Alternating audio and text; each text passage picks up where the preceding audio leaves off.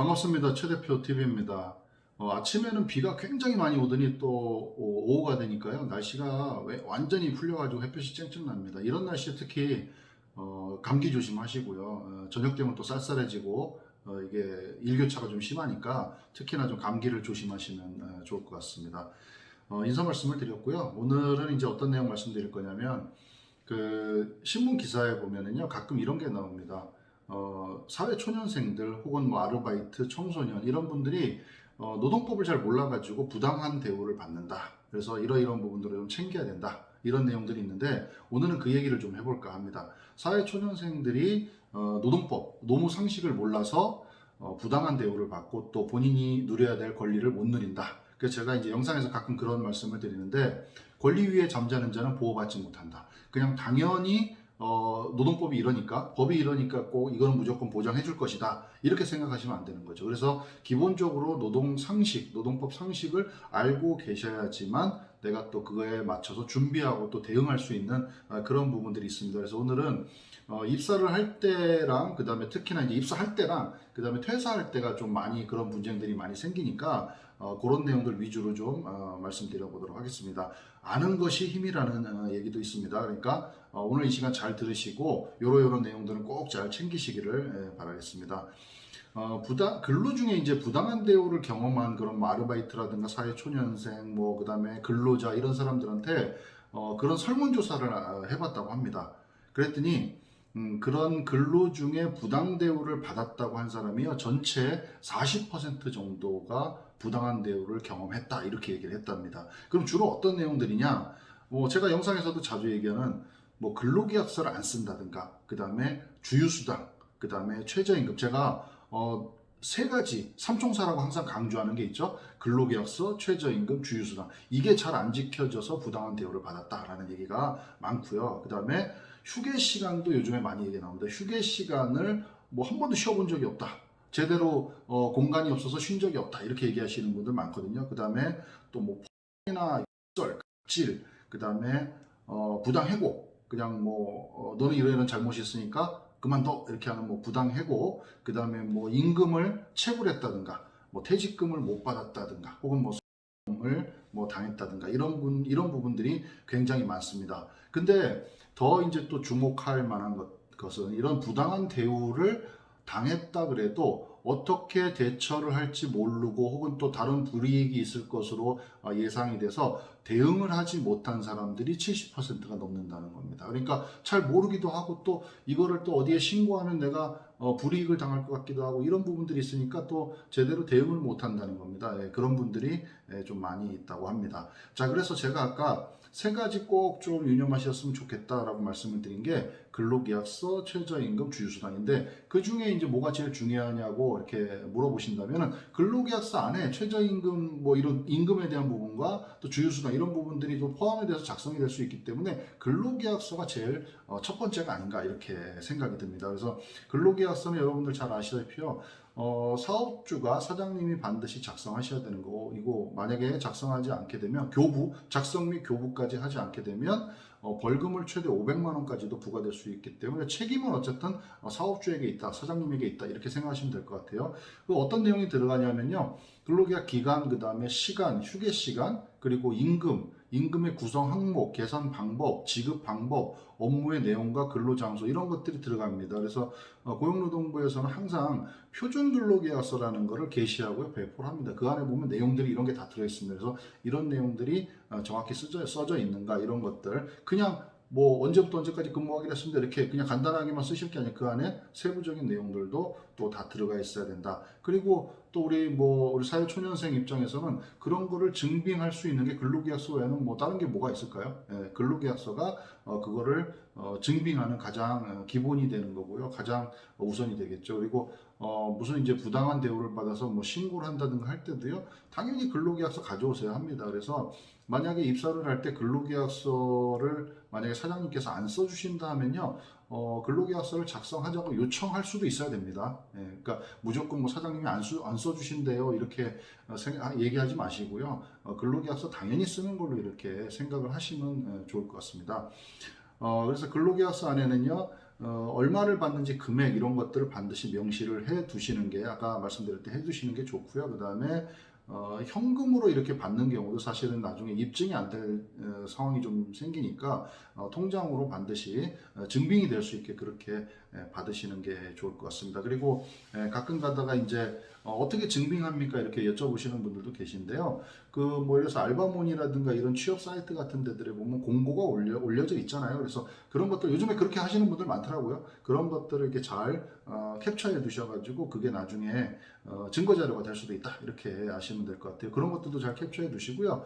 그 다음에 출퇴근 뭐 기록부 이렇게 작성하는 회사들도 있긴 한데 그게 없다 그러면 뭐 본인의 수첩이라든가 이런 뭐 휴대폰이라든가 이런 거에 잘 기록을 잘 해두시면 좋습니다. 그러니까 한꺼번에 하면은 이게 안 되겠죠, 그죠? 그날 그날 이렇게 내가 몇 시에 출근했고 몇 시에 퇴근 이런 것들도 본인 스스로 이렇게 뭐 일기 쓰듯이 메모에 이렇게 해두시는 것도 필요하고요. 달력에다 이렇게 체크를 해두시는 그런 습관도 키우시면 좋을 것 같고요. 그 다음에 뭐 사업주와 주고받은 문자라든가 카톡 이런 것들도 이게 좀 있으면 이제 없어질 수 있으니까 그런 것들도 이렇게 캡처를 해두시면 좋을 것 같고 그 다음에 제가 이제 다른 영상에서도 말씀드린 적이 있는데 만약에 근로계약서를 안 쓰겠다 뭐 그냥 구두로만 한다 그럴 때는 문자나 뭐 카톡이나 아니면 전화를 하셔가지고 사장님 아까 말씀하신 이런 내용들 이렇게 하는 거 맞지요? 라고 한번 확인을 하시면 사장님이 그래 이렇게 뭐 하는 거야 라고 이렇게 얘기를 하시면 그런 부분들을 뭐 녹음을 해둔다든가 아니면 뭐 문자나 카톡을 캡처해 둔다든가 이렇게 좀 증빙을 할 수 있는 그런 것들이 좀 있으면 좋겠다라는 거죠. 제가 이렇게 말씀을 드리니까 야 그거 뭐 생활하면서 어떻게 일일이 그걸 다 증거 자료를 뭐 가지고 있냐 어떻게 그걸 확보하냐 어떻게 녹음을 하냐 하는데요. 요즘에 그런 게 굉장히 많이 생활화되어 있습니다. 그래서 뭐 휴대폰에 녹음 기능도 항상 돼 있고 그래서 뭐 제가 아시는 많은 분들이요 그냥 통화는 자동으로 녹음하게 되는 그런 기능을 어플을 쓰시는 분들도 계시고 휴대폰 자체에서도 녹음도 되고 여러 가지 기능들이 많이 있기 때문에 그런 것들을 생활하시면 좋을 것 같아요. 뭐 꼭 문제가 생길 것이다라는 걸 예상해서 그런 건 아니고 어떻게 될지 모르니까 이제 그런 부분들을 미리미리 습관적으로 이렇게 잘 정리를 해두시는 게 좋을 것 같다라는 그런 말씀을 드리고요.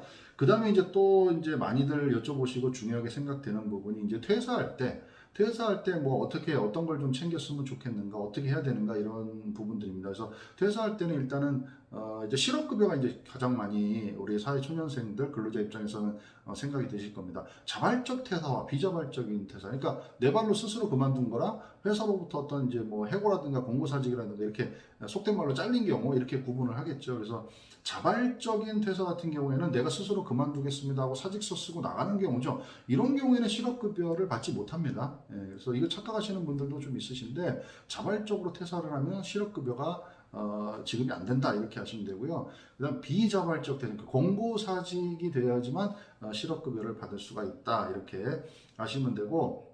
자, 실업급여를 받으실 수 있는 이제 기본적인 조건은 18개월간 180일 이상의 이제 그 고용보험 가입 기록이 있어야 되겠죠. 그래서 그 기록이 있으면 그걸 가지고 이제 실업급여를 이렇게 신청하시는데 그런 자세한 내용들은 제가 또 다른 영상에서 찍어놨으니까 참고를 하시고요. 그 다음에 여기서 한 가지 더 말씀드릴 게 자발적으로 퇴사를 하더라도 내가 사직서 쓰고 자발적으로 퇴사를 하더라도 실업급여가 지급이 되는 경우가 있습니다. 그래서 그것도 좀 체크를 하시면 될 것 같아요.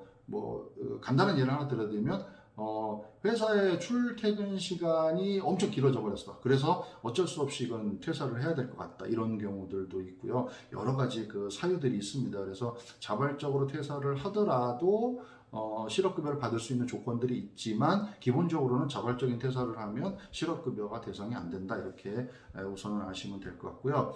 자, 그 다음에 이제 이 부분은 사실은 이제 우리 사회초년생이나 근로자 입장에서 보면은 좀 억울하기도 한 부분인데요.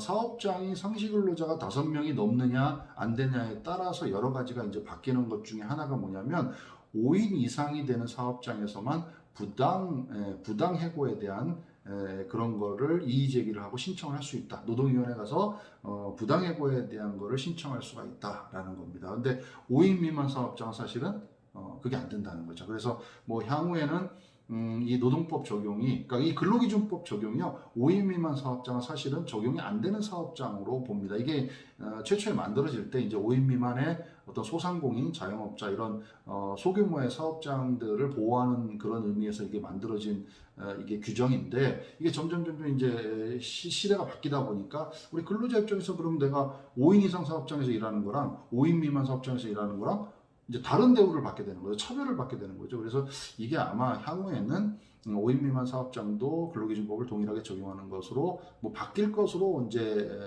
법이 바뀔 것으로 예상은 되지만, 현재까지는 5인 미만 사업장이 있으면 부당해고에 대한 구제 신청을 할 수가 없다라는 것까지 좀 아시면 될 것 같아요. 그래서 5인 이상 사업장에서 근무했을 때 내가 부당하게 해고를 당하면 구제 신청을 할 수가 있고요. 그다음에 원직 복직이 되는 그런 경우도 있습니다. 그리고 좀 잘 아시면 좋을 것 같은데, 이게 임금체불, 그러니까 임금체불과 부당해고 이렇게 두 가지를 좀 나눠서 생각을 해보시면요, 이 임금체불에 대한 거, 내가 근로에 있어서 이제 그런 불이익을 받았다 이런 부분들은요, 노동지청에 가서 신고를 하죠. 지방노동청, 노동지청에 가서 신고를 하고, 그다음에 부당해고에 대한 부분은 노동위원회에 가서 합니다. 그래서 이 두 개가 별건이라고 좀 보시면 될 것 같아요. 그래서 말하자면 이게 노동지청은요, 우리가 일반적으로 보는 경찰서 같은 그런 개념이죠. 경찰서 같은 개념이고, 그다음에 노동위원회는 약간 법원 판단하는 그런 기관이라고 두 개를 보시면 될 것 같습니다. 그래서 두 개가 예전에 어떤 경우에는요, 임금체불 관련해서 노동지청에서 신고를 해서 그 임금 체불된 부분을 지급을 받았고요. 그 다음에 별도로 부당해고에 대한 걸 노동위원회에 가서 구제 신청을 해서 그것도 구제가 돼서 원직 복직이 되는 이런 경우들도 있을 수 있습니다. 그러니까 원직 복직이 되면은 그 기간 동안 내가 그 부당해고를 당해서 안 나갔던 그 기간 동안에도 또 급여가 나가는 경우가 있습니다. 그래서 뭐 사업주 입장에서는 이게 뭐 두 가지를 동시에 이렇게 하느냐 하는데, 또 우리 초년생 근로자 입장에서는 이게 별건으로 해서 양쪽 다 별개로 신고를 할 수가 있다는 것도 좀 아시면 좋을 것 같습니다. 오늘은 이제 이런 기사들이 좀 자주 나서 우리 사회초년생들 노무 상식 노동법에 대해서 좀 알고 계시면 불이익을 당하지 않습니다라는 말씀을 좀 드렸습니다. 물론 이제 뭐 사업주 입장과 근로자의 입장과 이게 양쪽에서 뭐 누가 잘했니 못했니 뭐 이런 분쟁의 소지는 있지만, 몰라서 부당한 대우를 받는 경우들이 굉장히 많기 때문에 말씀을 드립니다. 물론 이제 근로자 노동자 입장에서도요, 알면서도 또 일부러 그렇게 또 사장님 골탕 먹이려고 하시는 분들도 있을 수 있습니다. 그래서 다 마찬가지입니다. 사장님 입장에서도요, 그러신 분도 있을 수 있고, 물론 더 좋으신 분들이 더 많겠죠. 그러니까 몰라서 내가 혜택을 못 보고 또 불이익을 당하는 일이 없으셨으면 하는 바람에서 그런 말씀을 드렸습니다. 다시 한번 강조드리지만, 권리 위에 잠자는 자는 보호받지 못합니다. 여러분의 그 권리, 여러분의 혜택 이런 부분들은요, 여러분이 가만히 계시면 누구도 찾아주지 않기 때문에 공부도 하셔야 됩니다. 그래서 확인해 보시고 또 그런 부당한 대우에 대해서 좀 뭐 대응도 좀 하실 수 있어야 되고, 이런 부분들을 좀 챙기셨으면 좋겠다는 생각에 이렇게 한번 내용을 만들어 봤습니다. 최대표TV 구독, 좋아요, 멤버십 가입 부탁드리겠습니다. 또 다음번에 더 좋은 영상으로 찾아뵙도록 하겠습니다. 감사합니다.